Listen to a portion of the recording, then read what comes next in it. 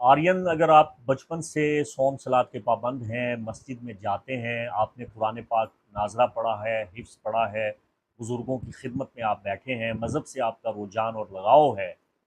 आपने बचपन में एतकाफ़ किया, बचपन में आपने हज उम्रा किया, बचपन में आप बुज़ुर्गों की सोबत में बैठे, आपको नमाज की आदत थी, तो इसका साफ और वाज़ेह मतलब ये है कि आपके पैदाइशी जायचा में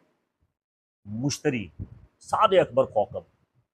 वो आपके हक में है, वो बेनिफिक है।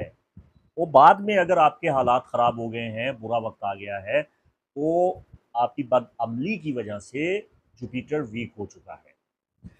तो जिन आर्यन ने बचपन में नेकी के अमाल सरंजाम दिए, मज़हब की जानिब उनका रुझान रहा, तो इससे पता चल रहा है कि आपका मुश्तरी मजबूत था।